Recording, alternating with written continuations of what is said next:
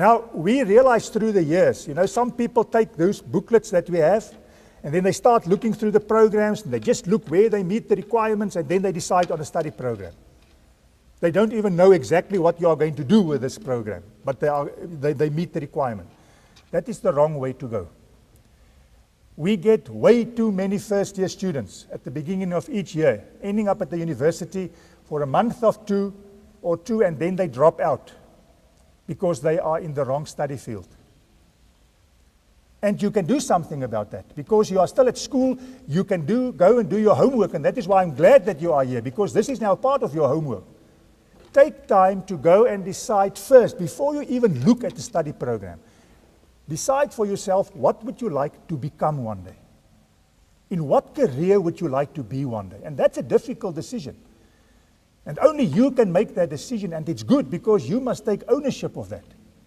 But the parents can help you with that. We at the university can help you with that, with guidance and advice, etc. But take time and go and have a look. Do you want to be in an office setup? Do you want to be outside? Do you want to work with people? Do you want to be... There's so many things that must fit your interest and your aptitude and your personality. And it's exciting because you've got the opportunity to go and have a look about a career that can make you excited, that you want to do one day. It's terrible to wake up in the morning and say, just not work today. And it's not necessary. And that is the difficult decision. But once you've reached that decision, or what you would like to become, then you can say, fine, now I can go back and see, I want to become a lawyer or an attorney, and what must I study to get there? Then we get to the study program that you have in the brochures, and then you can see whether you meet minimum requirements, etc. Right, now, how do I get into a study program? This is also very important. There's two sets of criteria that we at the university look at when you apply to us. The first one there on the left, I think most of you are doing the National Senior Certificate. That is the Department of Education. We don't have control over that. The only thing that we need your matric certificate, and at the bottom of your matric certificate it must state, this candidate qualifies for bachelor's degree study. Then we are happy because we offer degrees, then we can consider you. All right. The other set of criteria is the university-specific or the faculty-specific requirements. Now, our university and UCT and UJ, Martis, COFSIS, they will not have the same requirements. We all have different admission requirements, and that is why I've given you the brochure to tell you what our requirements are. Okay.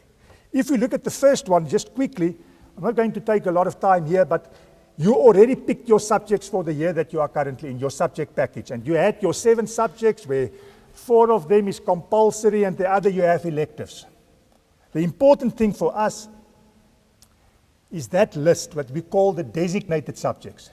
To give you access for degree studies and for a university, you must have at least 4 subjects out of the 7 from that list. Now, fortunately, your 2 languages and maths or maths literacy is in any case there.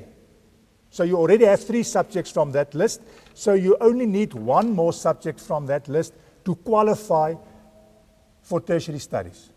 And I'm sure you have that. You will see subjects like CAT. Are you taking CAT? Subjects like CAT, tourism, those things are not there, but it's not a problem. You can take them. You must just make sure that 4 of the other subjects are from this list.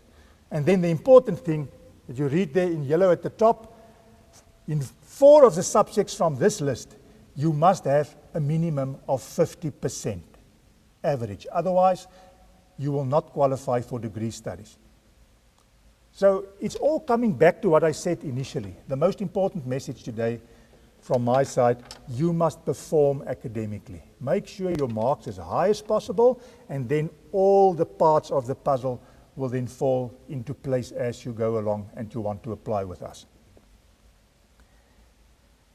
Right, now I'm sure you heard about the admission point score, the APS. Do you know about that? You will see in the brochure, when we have a study program, I will show you just in the next slide, when you apply for a study program, there's subject requirements. For instance, if you want to do engineering, you must have pure maths, and you must have science, physical science, and you must have your languages. But then also, there's a certain APS requirement, admission point score. That's a kind of a point of your average, all your subjects. Now, at the University of Pretoria, we use that table. And you know that because I think you use that at school also. If you have for a subject between 80% and 100%, you give yourself a 7. Is that right? If you have between 50 to 59, you give yourself a 4. So to calculate your APS score, you exclude life orientation. Okay, you don't count that one. So you take your other 6 subjects, the languages, the maths, those 6 subjects.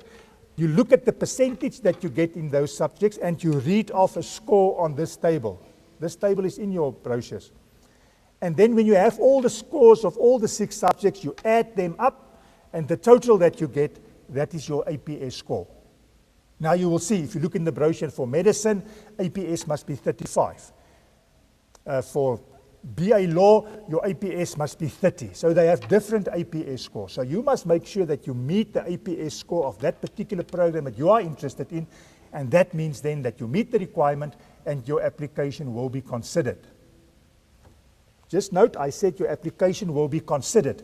It's not guaranteed that they will admit you into that program, because some programs you must have higher than the minimum requirements. It's a selection program. But at least the faculty will then look at your application and consider your application. Right, there's an example of what you will find in the book. It's just one program. This is the program in audiology. You'll see there, it tells you it's a 4-year program. It tells you when is the closing date for applications. And then it tells you, in that case, you must have any 2 languages, of which English is one, and you must have a 5, which means you must have 60% for that. You must have pure mathematics, a 4, which is 50%, and you must have your APS score of 32. If you meet all those requirements, then you can apply for that program. Often people ask me and say, listen, my son doesn't have the 4 for maths, they got 3, but they have a 35 APS instead of the 32. So there he's got more. Will you balance it? I said, no, I can't balance it. You must meet all the minimum requirements. It's good if you have above that, but you must meet all of them. You understand? Okay, let us go on.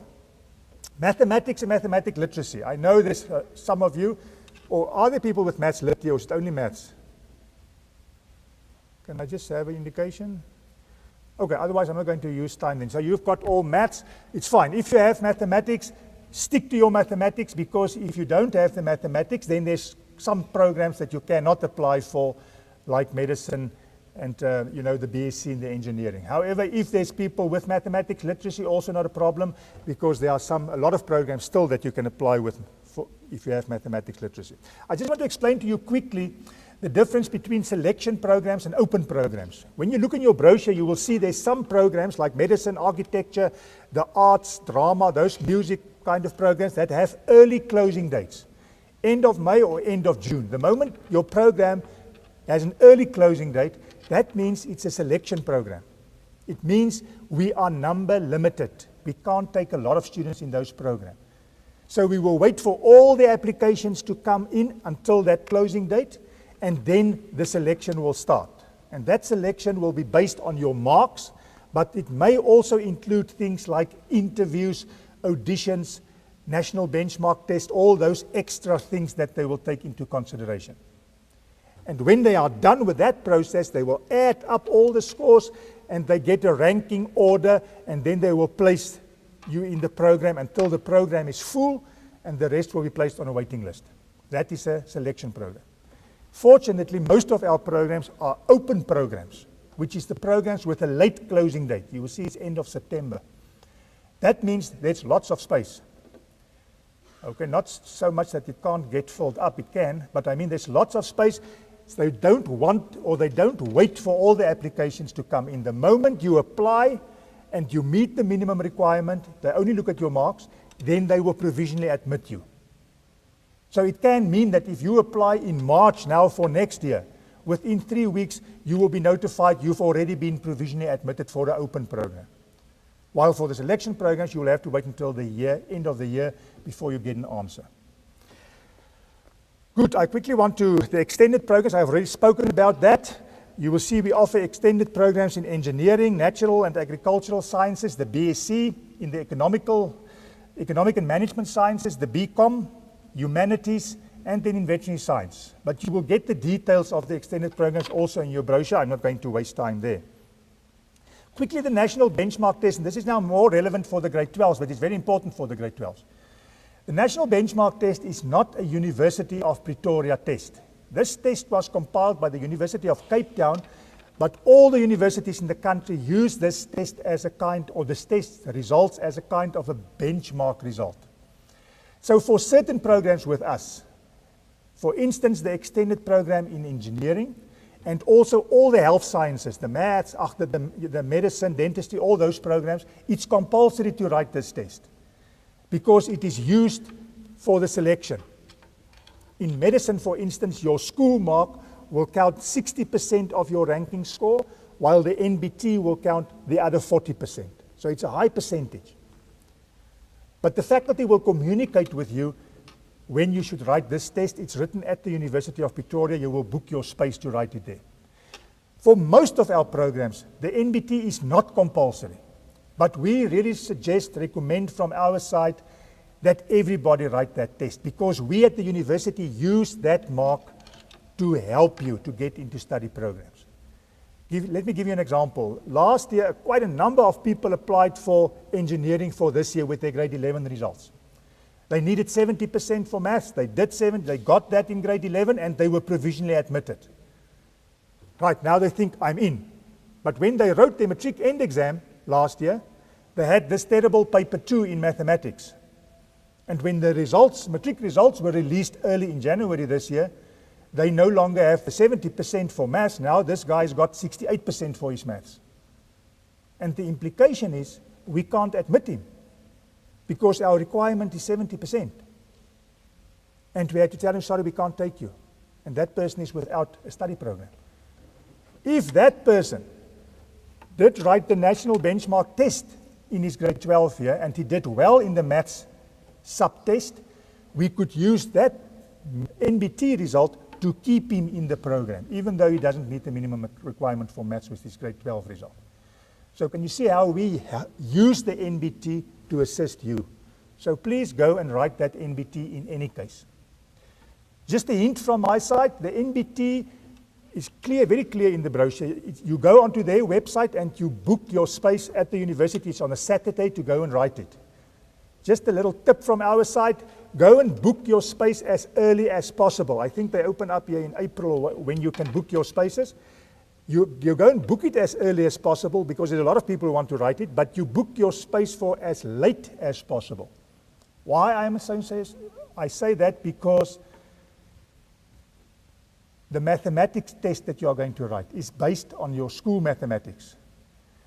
And if you are going to write too early, they may ask you questions that you haven't covered at school yet. So I think a good time to go and write it is after your June exam, because you're in any case going to study hard for your maths in your June exam, and right after that, go and write it, because by that time, I believe all the schools have covered the work of matric, and then you won't have a problem with that. Mr. Lombard will also talk to you about, we assist people with, you can prepare for this national benchmark test. Unfortunately, you can't get old question papers, but there's a person that he referred all the Juniortukkies to, that you can have a Saturday workshop with him. He made a study of the national benchmark test. They know what is asked. They know how it is asked, because you're not allowed to use a calculator. That is another problem.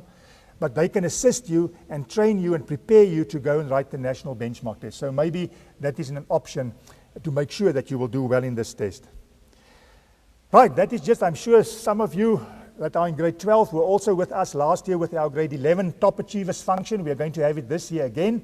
So some of you will also be invited to this occasion of the grade 11s, and therefore it's also important that you become a Juniortukkie, because then you will receive an invitation, and we are going to spoil you for a day there on our campus.